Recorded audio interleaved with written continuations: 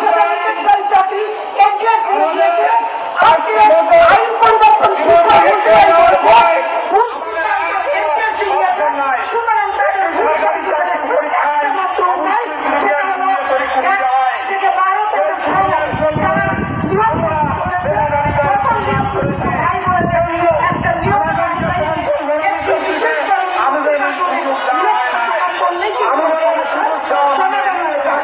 আজকে 2016 সাল থেকে আইন পরিবর্তন মানুষ আমাদের ভাই বোনেরা আমাদের যখনই আইন আমাদের পক্ষে এসেছে অথচ এনটিআরসি আইন মানে যখন আমরা নিয়োগযোগ্য আইনের আওতায় তারা যখন আমাদের নিয়োগ না দিয়ে যারা চাকরি করছে তাদেরকেই আবার সিলেক্ট করছে। আজকে সেই সময় তারা যদি আমাদের চাকরিটা দিয়ে দিত তাহলে কিন্তু আজকে আমাদের এই কর্মসূচি তারা কিন্তু না হচ্ছে বারবার সংগ্রাম করতে হতো না, বারবার আন্দোলনের মধ্য দিয়ে আমাদের রাজপথ কাঁপাতে হতো না, কিন্তু আমাদের বাধ্য করা হচ্ছে বারবার রাজপথে থেকে যুদ্ধ করতে।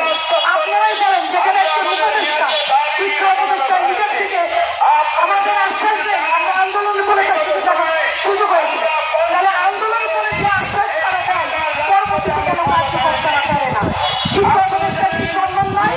সেই সম্মান কি শুধু দেখানো দায়িত্ব এই নিয়োগ বঞ্চিত কিছু মানুষের, নাকি সেই দায়িত্ব আরেকজন উপদেষ্টা আরেকজন সচিব? সেই সম্মান যত সবাইকে সম্মান দিতে পারে না কেন? একজন চেয়ারম্যান যখন সুপারিশ করে তখন পরবর্তী চেয়ারম্যান কেন সেই সুপারিশ মানে না? কেন তারা নিজেরাই নিজেদেরকে মানছে না? তাহলে আমাদেরকে আপনারা কি শিখাচ্ছেন? আজকে সমাজের গুরুত্বপূর্ণ স্থানে রাষ্ট্রের সর্বোচ্চ ক্ষমতায় বসে আপনারা একজন আরেকজনের কথা মানছেন না, একজন চলে যাচ্ছেন, পরবর্তীতে যিনি আসছেন তিনি আবারও নতুন ভাবে শুরু করছেন। কেন? ইন্টু ফার্স্ট টু ইন্ট এভাবে চলছে 4টা বছর। আমরা এর অবসান চাই, আমরা এর সমাধান চাই। 1 জুনে যে মিটিং হয়েছে আজকে সেটাও আন্দোলনের ফলে কথা দিয়েছে যে আপনাদের নিয়ে আমরা মিটিং করবো, সিদ্ধান্ত নিচ্ছি, দেখা যাক আপনাদের কি করা যায়। কারণ সেই মিটিং এর সিদ্ধান্ত কেন তারা নিতে পারছে না? আজকে এই সিদ্ধান্ত হয়ে গেছিল 2024 সালে 19 আগস্ট কমিটির প্রস্তাবনার মাধ্যমে। যে সিদ্ধান্ত 2024 সালের আগস্ট মাসে হয়ে যায় সেটার জন্য নতুন করে কেন সিদ্ধান্ত নিতে হবে? সেটা শুধু বাস্তবায়ন করতে হবে। আজকে আইন মন্ত্রণালয়ে আমাদেরকে বলা হয়েছিল আপনাদের বয়স 35 হয়ে গেছে, আপনাদের বয়সের ব্যারিকেড আছে, আপনাদের বয়সের জন্য দেওয়া সম্ভব হচ্ছে।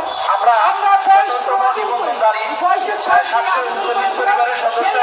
সুপারিশ হয়েছে, তাহলে সেটা আপনার শিক্ষা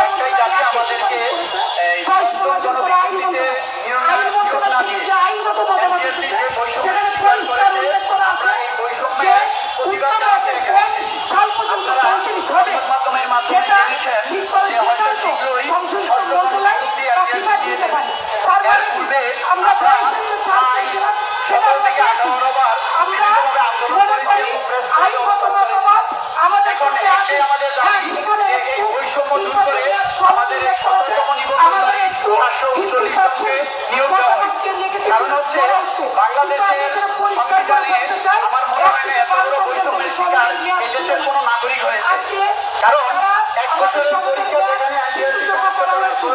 পরবর্তীতে আমরা 1 থেকে 12 পাশ করার পরে 2015 সালে এসে আইন পরিবর্তন করা হয়েছে। কিন্তু আমরা সাধারণ সুবিধার কাছে প্রশ্ন রাখতে চাই, যখন যে আইনটা প্রণয়ন করা হবে তারা তো সেই আইনের আওতায় পড়বে।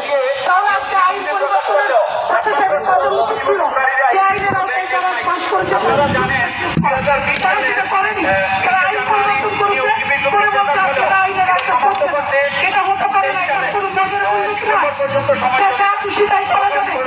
আজকে আমরা অনেক প্রত্যাশা নিয়ে এই সরকার গঠন করে আমরা 11 মাস ধরে টানা শিক্ষা মন্ত্রণালয় এনটিআরসি আইন মন্ত্রণালয় একভাবে যাচ্ছি, জনগণ শিক্ষা মন্ত্রণালয় বলছে এনটিআরসি চেয়ারম্যান আপনাদের নিয়োগ করতে উনি আপনাদের সিদ্ধান্ত দিতে পারবেন।